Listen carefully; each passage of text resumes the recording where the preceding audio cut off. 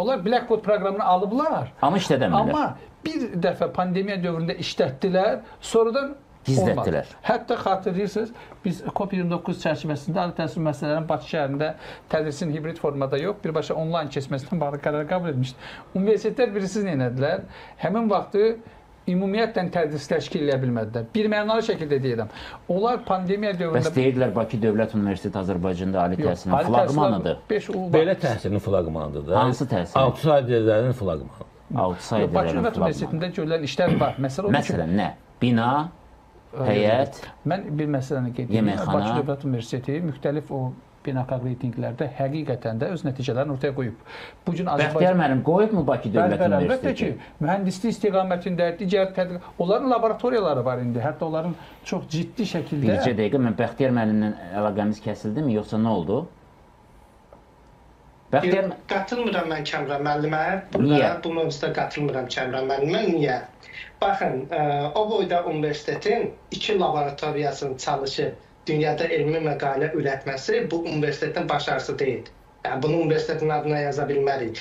Düzdür, Bakı Dövlət Universitetində mən tanıdığım laboratorlar var, elmi araşdırmalar var ki, bu dəqiqə dünyanın nüfuzlu dərgilərində, jurnallarında olan məqalələr çıxır. Amma gəlin verilişdən sonra və ya mən Azərbaycan qayıtdıqda gedək o elm adamlarıyla danışaq, baxın görün onlar hansı xərətdə və hansı vəziyyətdə o elmi araşdırmaları eləyib, reyting sıralamalarına düşürlər. 3-5 adamın öz şəxsi hesablarına, qazandıqları qrantlardakı vəsaitlə 3-5 adamın bu günlərin elədiyi uğur universitetin reyting sıralamasında onu ön sıraya çıxardıqsa və yaxud da hər hansı bir xarici təhsil şirkətinin Bakı dövlətə gətirdiyi xarici tələbələrlə reyting sıralamasına çıxırsa, bunu Bakı dövlətinin uğuru kimi diktə etmək, təqdim etmək şey deyil, uğur deyil. Bu sadəcə özümüzü aldatmaq olar. Niyə özümüzü aldadırıq Kəmran müəllim? Bəxtəməm, gəlin siz aldadırsınız bizi də özünüzü də. Razılaşmayım.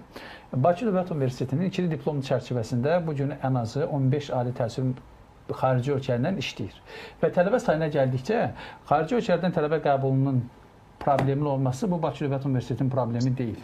Bu qəbul prosesinin və prosedurun kifayət qədər digər dövlət qurumlarından problem yaşamasına bağlı. Bilirsiniz ki, xarici ölkələrdən gələn Azərbaycanlı tələbələr yoxlanış prosesindən keçirlər və bunun o zaman imtinaların böyük əksəriyyəti Azərbaycanın özünün təhlükəsizliyinə təhdidlə bağlıdır. Yəni siz elə fikirləşməyin ki, hər hansı xarici ölkələrdən tələbə gələn kimi bunu Azərbaycan ali təhsil müəssisələri götürməlidir. Burada Azərbaycanın özünün real təhsili üçün və ya da dövlətçiliyi üçün təhdid reallığı da var. Yəni siz gətirib Suriyadan gətirəcəyiniz adam, Nigeriyadan gətirəcəyiniz adam bizə nə qədər effektivdir? Yəni Bakı Dövlət Universitetində qatılmıram bu şeyə.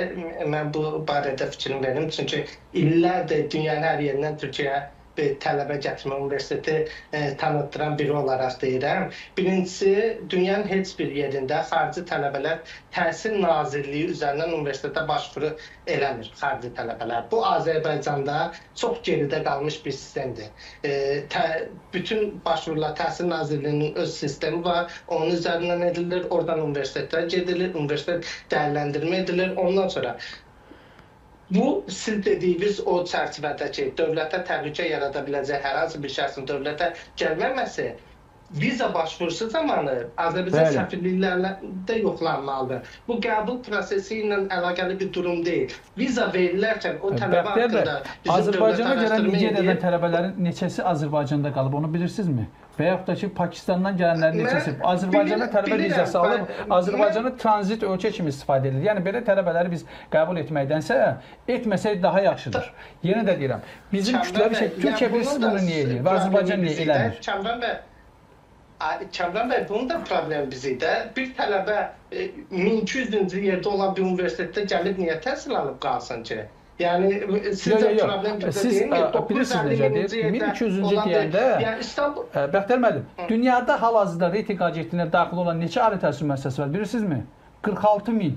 Yəni, siz elə düşünməyin ki, 46 min ali təhsil müəssisəsinin içərisində 1000-də, 1500-də olmaq elə sizə zəif olaraq gəlməsin. Və yaxud da Türkiyənin hal-hazırda 206 universitetinin neçəsi reyting siyasındadır. Bu gün, baxın, mən sizə bir məsələ deyim, Bəxtiyar müəllim. Xarici ölkələrə gedən Azərbaycandan bir dənə üzr istəyirəm.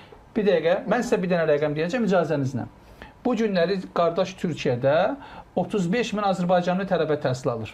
Bir qəbul ilində 10 min gedirsə, onun neçəsi ikinci kursa keçə bilir? Bəxtiyar müəllim, bilirsinizmi? Əlbəttə, Azərbaycandan xaricə gedən tələbələr o şəxslərdir ki, Azərbaycanda keçirilən qəbul... Məzun olan tələbələrin sayını deyim sizə. Baxın. Yəni %10'u məzun olur cəmi. Neçə? Bütün şeydə... O da ola bilmir.